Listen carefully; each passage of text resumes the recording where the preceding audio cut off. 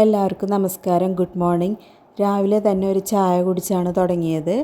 അതിനുശേഷം lunch box പ്രിപ്പറേഷനുള്ള പരിപാടികളാണ്.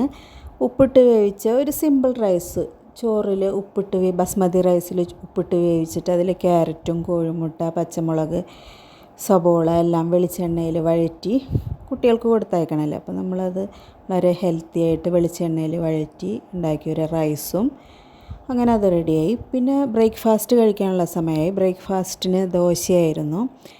ദോശ ഞാൻ കയ്യിൽ മൊബൈൽ പിടിച്ച് പരത്തണത് കൊണ്ടാണ് ഇങ്ങനെ ഒരു ഷെയ്ക്കായി വരുന്നത് കേട്ടോ.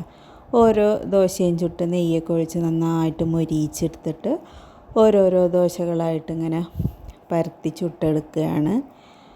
അതിനുശേഷം പിന്നെ ബ്രേക്ക്ഫാസ്റ്റ് ഇതിന് കറിയായിട്ട് ഉള്ളത് വൈറ്റ് ചട്നിയാണ്. അപ്പോൾ ഓരോരോ ദോശകളായിട്ട് ചുട്ട് ബ്രേക്ക്ഫാസ്റ്റ് കഴിക്കാനുള്ള സമയമായി. ബ്രേക്ക്ഫാസ്റ്റ് കഴിച്ചതിന് ശേഷം ലഞ്ച് പ്രിപ്പറേഷൻ ഉള്ള സമയമാണ്. കുറേ പഴം, അത് കറുത്തിരിക്കുന്നത്, വൈകിട്ട് വല്ല സ്നാക്സ് ഉണ്ടാക്കണം. പിന്നെ ഇന്ന് ഉച്ചയ്ക്ക് കുമ്പളങ്ങ കറിയായിരുന്നു. കുമ്പളങ്ങ തേങ്ങാപ്പാലൊക്കെ വെച്ചിട്ടുള്ളൊരു കറി. നല്ല ടേസ്റ്റുമാണ്, നല്ല ഹെൽത്തിയുമാണ്.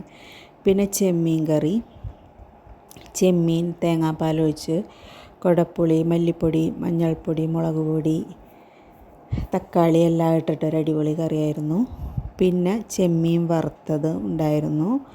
പിന്നെ ലഞ്ച് കഴിക്കാനുള്ള സമയമായി. കൂടെ കപ്പ ഉണ്ടായിരുന്നു. അപ്പോൾ ആ കപ്പയിൽ ചെമ്മീൻ കറിയൊക്കെ ഒഴിച്ചിട്ട് അടിപൊളിയാണ്, നല്ല ടേസ്റ്റാണ് കഴിക്കാനായിട്ട്. ചോറും കപ്പയും ചെമ്മീൻ കറിയും അത് മാത്രം കഴിക്കണം, നല്ല ടേസ്റ്റാണ്.